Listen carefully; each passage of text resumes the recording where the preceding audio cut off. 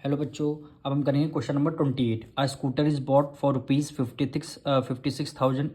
It's value depreciate at the rate of 10% per annum. What will it's value after 3 years.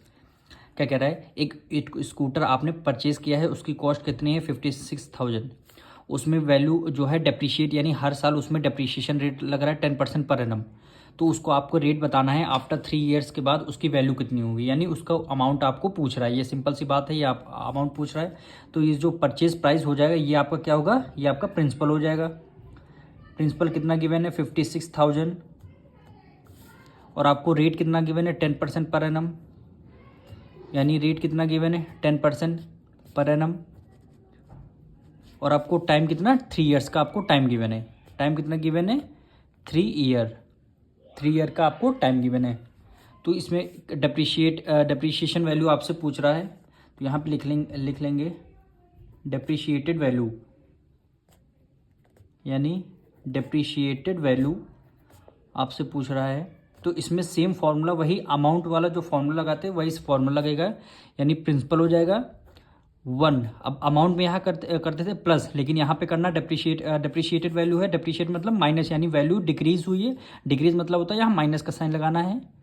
Rate upon 100 की power n हो जाएगी।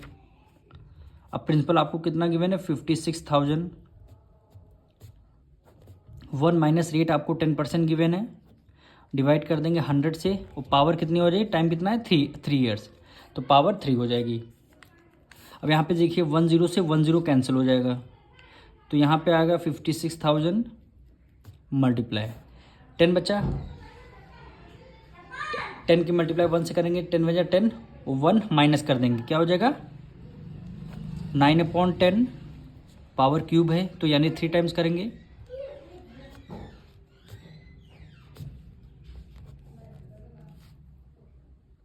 अब देखिए 0 से 0 cancel हो जाएंगे, यानी 10 से 10, सेकंड 0 से सेकंड 0, थर्ड 0 से थर्ड 0, 0 0 हमारे कैंसिल हो गए। अब हमारे पास बचा क्या 56 मल्टीप्लाई 9 जा कितना होता है 81 हो गया। 2 और टाइम्स हमने 9 की मल्टीप्लाई करे और 1 9 बचा तो हमने मल्टीप्लाई में लिख दिया।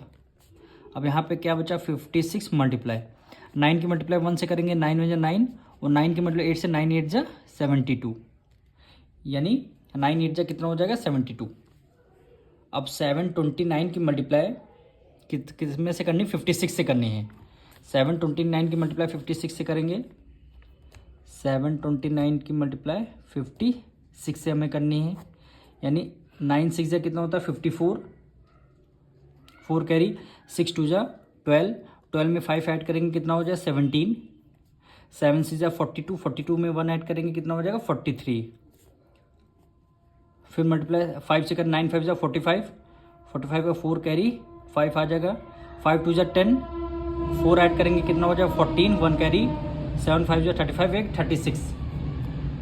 36 हो गया। अब ऐड कर लेते हैं, यानी 4 7 + 5 12 हो गया, 1 कैरी, 4 + 4 8 हो जाएगा, 6 + 4 10, और ये 4, यानी आपकी डेप्रिशिएशन वैल्यू कितनी आ गई आफ्टर 3 ईयर्स 40,824, यानी उसकी वैल्यू कितनी बचेगी आफ्टर 3 ईयर्स के बाद 40,824।